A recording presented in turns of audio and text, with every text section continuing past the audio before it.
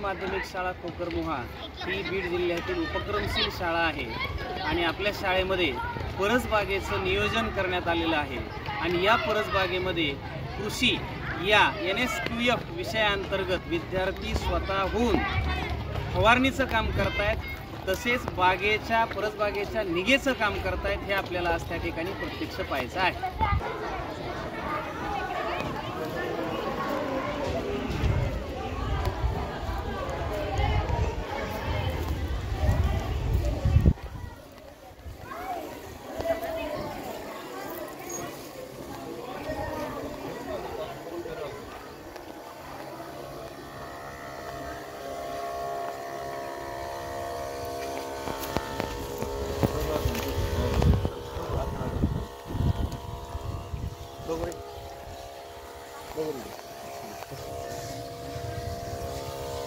विद्यार्थ्यांमार्फत फवारणी, विद्यार्थ्यांमार्फत तण व्यवस्थापन आणि रोग नियंत्रण हे परसबागेमध्ये त्या ठिकाणी केल्या जाते।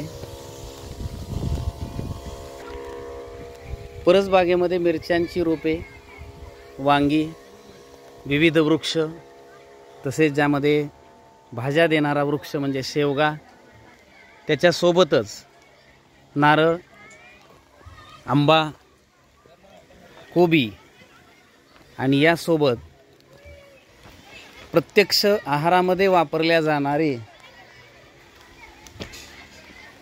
म्हणजेच टोमॅटो यांचाही त्या ठिकाणी उपयोग आहारामध्ये केला जातो। विद्यार्थ्यांमार्फत पाणी दिले जाते, विद्यार्थ्यांमार्फत तण व्यवस्थापन केले जाते, विद्यार्थ्यांमार्फत प्रत्येक 1 दिवसाआड यातील त्या ठिकाणी वांगी वगैरे आणि टोमॅटो हे आहारामध्ये, पोषण आहारामध्ये प्रत्यक्ष वापरले जातात।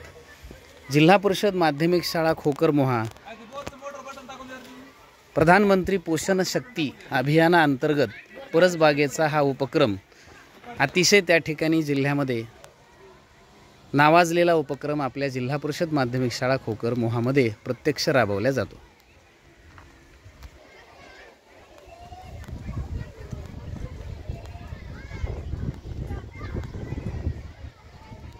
इयत्ता 9वीचा हा विद्यार्थी आहे जो सध्या फवारणीसाठी या ठिकाणी उपस्थित आहे। तुझं नाव काय? माझे नाव दराडेकर निलेश कुमार। मी आता 9वीच्या वर्गात आहे आणि आम्ही परसबागेची वांग्याची आणि टोमॅटोच्या रोपाची फवारणी करत आहे। व्हेरी गुड, छान। तर या उपक्रमासाठी सर्व शिक्षकांमार्फत, व्यवस्थापन समिती आणि मुख्याध्यापक साहेबांमार्फत हार्दिक शुभेच्छा। NSQF उपक्रमाअंतर्गत नियुक्त असणारे शिक्षक श्री सिरसाट सर यांच्याशी आपण चर्चा करूया। जिल्हा परिषद माध्यमिक शाळा खोकरमोहा या ठिकाणी आपण परसबागेमध्ये वांगी, टोमॅटो, मिरची याची लागवड केलेली आहे आणि हे सगळे आपण शालेय पोषण आहार यासाठी आपण वापरत आहोत। याची लागवड